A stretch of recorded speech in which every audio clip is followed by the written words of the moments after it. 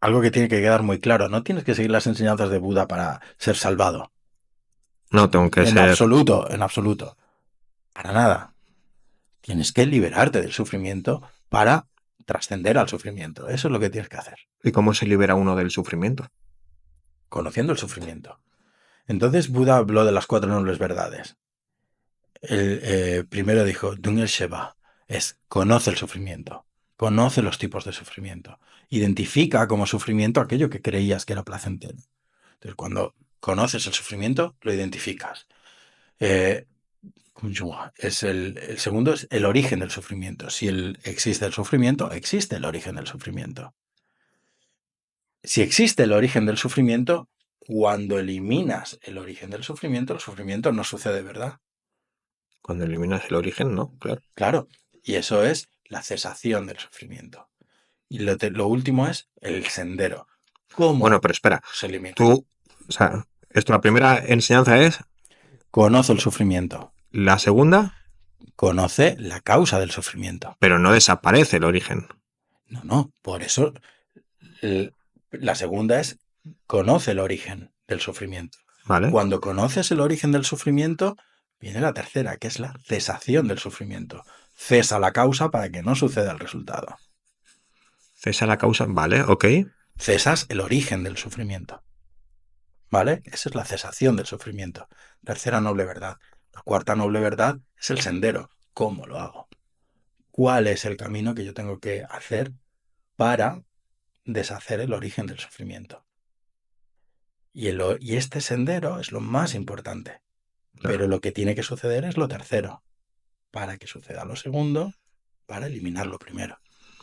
Que el tercero era cesar de Cesación. la... Cesar el sufrimiento. Y Coño, la cesación del sufrimiento, la cesación del sufrimiento es la sabiduría que percibe el yo como no autoexistente, como no existente por su propio lado. claro, Antonio, pero es que eso en la teoría es muy fácil. No, no, la teoría no es nada fácil. Bueno, o sea, así explicado, ¿no? Así explicado, si lo escribimos y decimos, bueno, estos son los conceptos para liberarte, ¿no?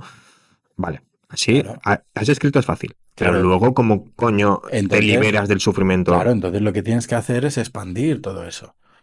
Primero tienes que conocer el sufrimiento. No conocemos el sufrimiento. Conocemos el sufrimiento burdo. El sufrimiento burdo es el dolor físico, es el dolor mental, es la tristeza, es la ansiedad, es la muerte, es el nacimiento, es la enfermedad, es la degeneración, es la impermanencia. Son sufrimientos muy burdos, pero no conocemos el sufrimiento del cambio, no conocemos lo que se llama también el sufrimiento que todo lo impregna.